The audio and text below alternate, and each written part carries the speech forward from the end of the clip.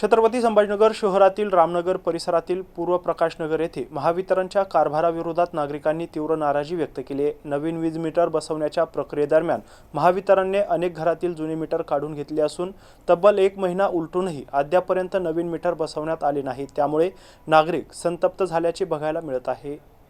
अनेक घरांवर मीटर नसल्यामुळे नागरिकांना वीज वापराचा अचूक हिशोब मिळत नाहीये। त्यातच महावितरणकडून अंदाजे आणि जास्तीचे वीज बिल दिले जात असल्याचा आरोप स्थानिक नागरिकांनी केलाय। त्यामुळे परिसरातील नागरिक आर्थिकदृष्ट्या त्रस्त झाले असून प्रशासनाविरोधात संताप व्यक्त करत आहे। तसेच आम्हाला नवीन स्मार्ट मीटर नकोय, जुनेच मीटर द्या अशी मागणी देखील नागरिक करत आहेत।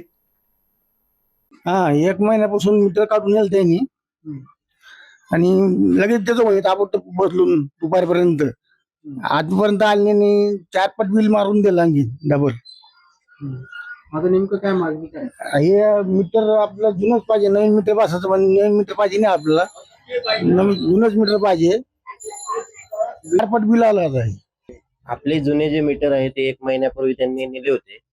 त्यांनी आपल्याला सांगितलं की उद्या परवा मीटर तुमचे आपण घेऊन येऊ नवीन मीटर, पण ते अद्याप काही आलेले नाही। 1 महिना झालेला आहे।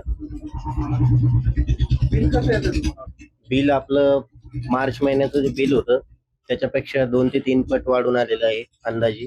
ते आपल्याला मान्य पण नाही तेवढं बिल। आता काय नेमकं मागणी काय? आपली मागणी आहे की जुनेच मीटर आपल्याला बसवून द्यावे, नवीन मीटर कंपल्सरी नाही आणि त्याचा कसला काही जार पण नाही। जुनच पाहिजे। हो, तुमचं नाव सांगा। ज्ञानेश्वर दिलीप जाधव।